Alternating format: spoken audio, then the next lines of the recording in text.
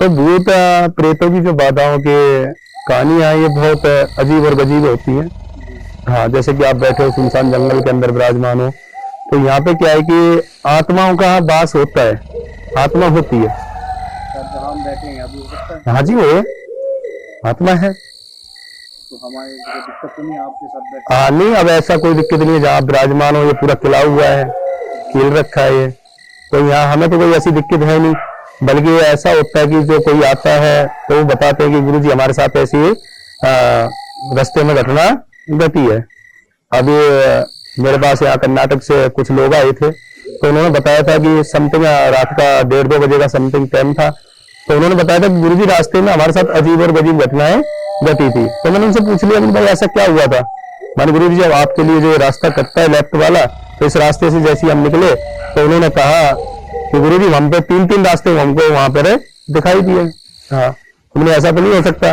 मैंने गुरु जी फिर हमने देखा कि भाई किसी से चलो रास्ते पूछते, हमारे फोन में नेटवर्क भी नहीं थे, तो हमने एक बुजुर्ग मिला। ये कहाँ की बात, कर्नाटक की? नहीं, वो कर्नाटक से तो आए थे, ये राजस्थान की बात है। तो मैंने पूछा नहीं बुजुर्ग से इतनी मध्यरात्रि में आपको जंगल के अंदर बुजुर्ग कैसे मिल सकता है। उन्होंने कहा गुरु जी हमने उनसे रास्ता पूछा, तो उन्होंने रास्ता बताया, तो कुछ लगा हमको कि भाई ये मनुष्य तो हो नहीं सकता। तो मैंने भी उनको इतना नहीं बताया, क्योंकि देखो अब जैसे आप लोग आए हो, आपको पूरी बात बताऊंगा तो आप घबरा जाओगे हैं। संकोच होकर बताइए आप। हाँ, तो क्या है कि जैसे कि निसंकोच मैं आपको बता देता हूँ, तो आत्माओं का वास है इस पृथ्वी पर, आत्माएं हैं। हाँ, जो आप बात बता रहे थे जैसे तीन रास्ते एक साथ गए। हाँ तो तीन, हाँ तो क्या है कि वो आत्मा थी, आत्मा सो परमात्मा, परमात्मा सो आत्मा। जीव है, हम जो जीव है ना, हमारे अंदर ही आत्मा का वास है। प्रथम तो ये कि आत्मा कौन भी हो सकती है। एक तो आत्मा हमारे अंदर विराजमान है ही है, दूसरी बात आत्मा का वास।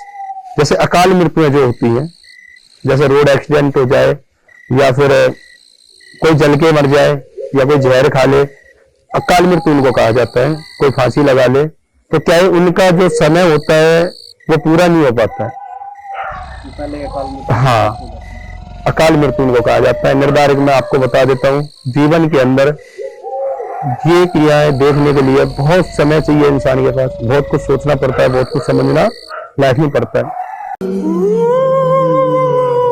एक समय था कि फैमिली के अंदर में विराजमान था, बैठा हुआ था, तो कुछ रिश्तेदार मेरे दरवाजे पर आए थे। तो एक नया मकान बन रहा था हमारा, तो मेरे पूज्य पिताजी बोले कि बेटा ऐसे करो, इनके लिए घर जाओ, क्यों राजस्थान का फेवरेट है घी और बूरा, माने आप जाओ और जाकर घी और बूरा ले आओ। तो इधर से तो मैं बाइक पे निकल गया था चाचा जी के साथ। मौसम ज्यादा खराब था, बरसात का मौसम था, तो चाचा जी ने मेरे घर पे छोड़ दिया। तो मैंने घर से घी लिया और बूरा लिया। समथिंग टाइम हो चुका था, 10:30-11 बजे का टाइम था। इसी टाइम नहीं, आत्माओं का वास समथिंग 11:30 बजे के बाद चालू हो जाता है। हाँ, परमात्मा का वास होता है इस समय तक, तो 11:30 तक, उसके बाद हो जाता है। फिर गण होते हैं इंसान के, मेन चीज होती है गण। जिसके गण कम पड़ जाते हैं तो उनको ही ये आत्माएं सताती है।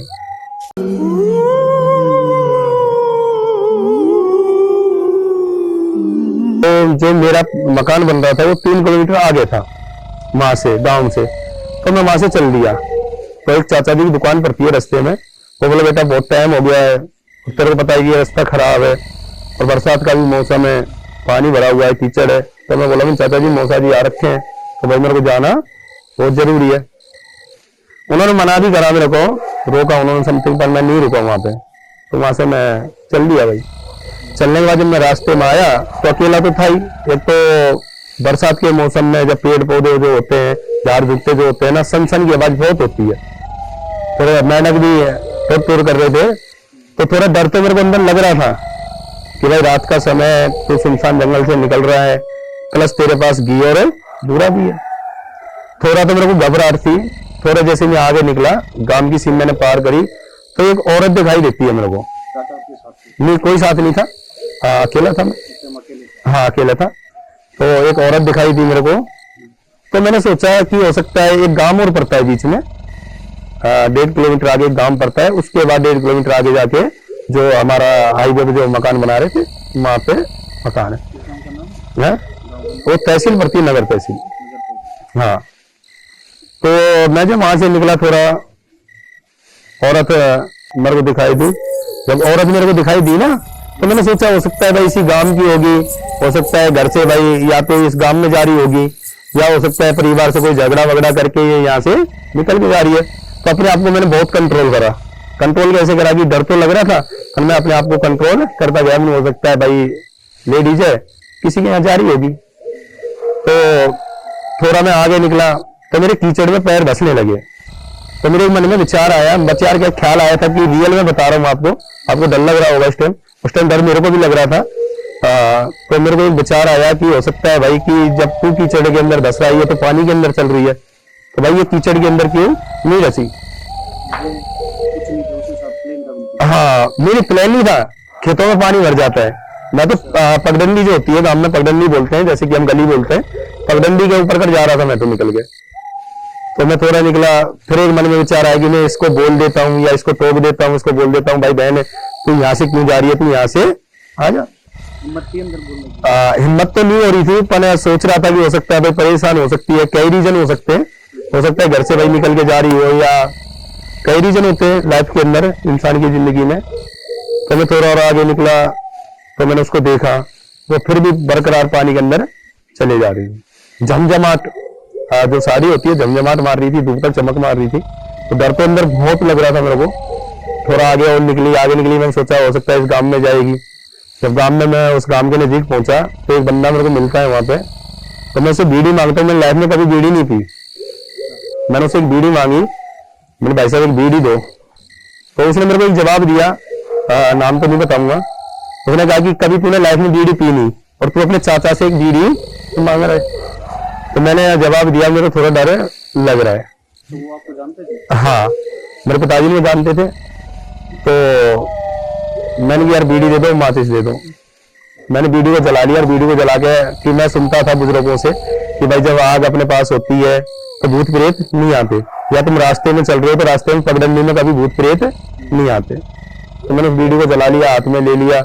तो वो लेडीज वहां से थोड़ी गायब होगी। तो मैंने सुना हो सकता है इस गांव के अंदर वो गई होगी भाई। मैं थोड़ा और आगे निकला तो फिर देखता हूँ कि मेरे राइट साइड में वो लेडी चल रही है भाई।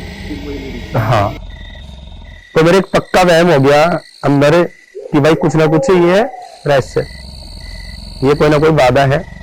वहां से थोड़ा मैं और आगे निकला। अब डर तो मेरे को लग ही रहा था बहुत, अंदर की रूंगटे खड़े हो जाते हैं जब डर लगता है इंसान को। तो वो थोड़ा आगे निकला। आगे निकलने के बाद मैंने देखा उसको। हाँ, तो सुनते के मेरे को पिताजी की बात याद आ गई। मेरे पिताजी बताया करते थे कि भाई इस रास्ते के अंदर है ना, दिन दाड़े जो दोपहर के 12 बजते हैं ना, उस टाइम पे रोटियों का टिफिन सर से उतार लिया करते थे भूत, दिन दाड़े। तो मेरे पिताजी की बात याद आ गई वहां पे। जब मेरे पिताजी की बात ध्यान में आई तो मेरे को और ज्यादा डर थोड़ा लगने लगा। तो उन्होंने बोला कि जो पेड़ आता है, बरगद का पेड़ आता है रास्ते में, कि बरगद के पेड़ के यहाँ पे भूत रहते हैं। हाँ, आज भी पेड़ है, और आज भी उसको भूतों का ही डगरा बोलते हैं। भूतों का रास्ता ही बोलते हैं उसको, गांव में डगरा बोलते हैं रोड को। तो वो मेरे को दिमाग में आया बरगद का पेड़। तो मेरे को थोड़ा लगा कि भाई पक्का तेरे साथ कोई ना कोई कहानी होने वाली है। अंदर से मैंने देवताओं को समझना चालू करा कि कहते हैं भाई हनुमान जी को समझने से भूत प्रेत नहीं आते। तो मैंने हनुमान चालीसा का पाठ करना आरम्भ कर दिया। पढ़ा लिखा तो था ही, उस टाइम 8वीं क्लास में पढ़ता था मैं, 8 में। तो मैंने श्री गुरु चरण सरोज रजनी मन मुकुर सुधार वरना बल में मिल जाए, तो हनुमान जी का मैंने पाठ आरम्भ कर दिया। मैंने हनुमान जी के यहाँ से ये कोई विषय में भाई भूत नहीं आएंगे मेरे पास में। थोड़ा आगे निकला तो एक आवाज आती है मेरे को, वो चलने वाले रुक। तो मैंने पीछे मुड़ के देखा तो मेरे को कोई दिखाई नहीं दिया। साइड में लेडी चल रही है बरकरार, जितना मैं चल रहा हूँ उतना ही वो चल रही है। तो मैं थोड़ा रुक गया। हाँ, और रुका तो वो भी वहां पे रुक गई। तो रास्ते में क्या होता है मेरे को, जैसे मैंने वो पेड़ को पार करा, पेड़ को पार करने के बाद है ना, तो मेरे को एक ठोकर लगती है, मतलब मैं गिर जाता हूँ। तो मैंने सोचा कि हो सकता है कि अपने आप गिरा है, अपने आप गिरा है। नहीं तो वो बिल्कुल मेरे जस्ट बगल में खड़ी हो जाती है आगे गिरने के बाद। हाँ, तो कहती है कि ये घी और बूरा मेरे को दे दे। मैंने उससे पूछा भाई तू कौन है। हिम्मत तो नहीं हो रही थी अंदर से, कि डर घबराहट इतनी हो रही थी कि मैं पसीने पसीने हो गया था। फिर मौसम खराब, रात का समय था, तो दूसरी बात कोई अनजान व्यक्ति आगे पूछे, तो मेरी नजर गई पैरों की साइड, कि मेरे दिमाग आया कि भाई बुजुर्ग कहते हैं कि भूत के पैर हैं जो उल्टे होते हैं, तो इंसान होगा तो उसके पैर सीधे होंगे और भाई भूत होगा तो इसके पैर जरूर उल्टे होंगे। जैसे उसकी पैरों की साइड में नजर गई तो उसके पैर है ना पीछे थे, एड़ी आ गई थी और उंगलियां पीछे थी। तो भाई मेरे को ना जमाई आ गई उस बात कि मतलब कि अपने आप को मैं कंट्रोल नहीं कर पाया, ना संभाल पाया। तो देखा मैंने, तो मैं जोर से चिल्लाया, मेरे को ऐसा लग रहा था कि मेरी आवाज सब लोग सुन पा रहे हैं। तो वहां से थोड़ा पास में पेट्रोल पंप है, तो मेरे चाचा जी वहां पे, बैद जी नहीं है, चाचा जी नहीं है, तो वो कार्य करते, नौकरी करते थे नाइट में, और डे में अपनी भाई दुकान चलाते थे। तो क्या हुआ कि सचेत गांवों में ऐसा होता है कि दही देवता का प्रकोप बहुत ज्यादा होता है, जो घर के दही देवता होते हैं उनका प्रकोप ज्यादा होता है, तो कोई ना कोई भगत घर में होता है।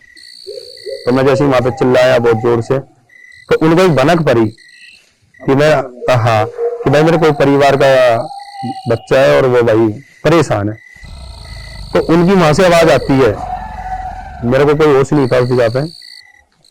मैं 3 बार खड़ा हुआ हूँ, 3 बार मैं गिरा हूँ, पर मैंने वो घी और पूरा मेरा कहूँ जो थी पन्नी थी पूरे की, वो कीचड़ में गिर गई थी, डोलची थी घी की, ढक्कन नहीं खुला था उसका, वो भी साइड में गिर गया था। अचानक से जैसे आपने बताया कि मेरे चाचा को एकदम पता लगा कि वो भी इन चीजों को मानते हैं। नहीं, मैं नहीं मानता था, मैंने देखा है वो मानते थे। घर के जो भगत होते हैं ना, तो जैसे कि भाई दादा बाबा आते हैं या कोई जैसे भाई वगैरह होते हैं जो घर में भाई सिद्धि कर लेते हैं, आते हैं घर के बुजुर्ग दही देवता। पहले ऐसा होता था, यदि जैसे कि आपके घर में आपके जैसे बुजुर्ग थे तो उन्होंने पानी का घड़ा रख दिया, तो पानी घड़े किसी और ने हाथ लगा दिया ना तो उसको फोड़ देते थे। ऐसा रियल मैंने सुना भी और देखा भी है मेरे परिवार के अंदर। ऐसा क्यों? ऐसा दही देवता घर के अच्छे होते हैं। हाँ, तो भाई मैंने थोड़ी हिम्मत करी, अपने आप को हिम्मत करी, तो कुआं के पास मेरे को खींचा जा रहा था, कोई मेरे पैर पकड़ के जैसे खींचते हैं ना कि रस्सी बांध के, उस प्रकार से मेरे को खींचा जा रहा था, खींचा जा रहा था। मैंने बहुत हिम्मत करी कि रुकने की, तो इतने मेरे एक चाचा जी और एक जाट का लड़का था वहां पे पेट्रोल पे, वो आ जाते हैं, भाग के आते हैं वो, और जैसे भाग के आते हैं ना मेरे को जैसे वो थपेरते हैं तो मैं खड़ा हो जाता हूँ और मैं जोर जोर से रोने लग जाता हूँ उस जगह पे, और चाचा जी के गले से लग जाता हूँ मैं। तो चाचा जी कह रहा कोई बात नहीं है तू चल। तो उन्होंने भी 2-4 बातें सुनाई कि भाई कि तू अकेला क्यों गया था और तेरे को किसने बोला था। तो मेरे को साथ ले जाते हैं, पिताजी को बोलते हैं कि भाई साहब आपने अकेला क्यों भेजा उसको, तो मैं पता होता है। तो उसके बाद क्या है, धीरे धीरे जो दिनचर्या थी भाई, मेरे को रात में भी दिन में भी जब भी मैं उस रोड की साइड देखूं या मैं अकेला सोऊं तो मेरे को ऐसा लगता था कि वो मेरे पास है, कि वो मेरे पास है। मैं खड़ा होकर बैठ जाता था, तो मैं पिताजी के पास लेटता था। तो एक दिन पिताजी बोले कि भाई ये क्या है, तो मेरे को बहुत दिखाया उन्होंने। तो किसी ने बताया भाई ये चीजें होती हैं, ये चीजें होती है। तो मैंने बोला कि मेरे पापा मैं पढ़ने लिखने वाला बच्चा हूँ भाई, इन चीजों पर मैं विश्वास नहीं करता, ये चीजें नहीं होती। तो पिताजी ने कहा कि भाई तूने देखा है अपनी आंखों से और तब भी तू विश्वास नहीं कर रहा।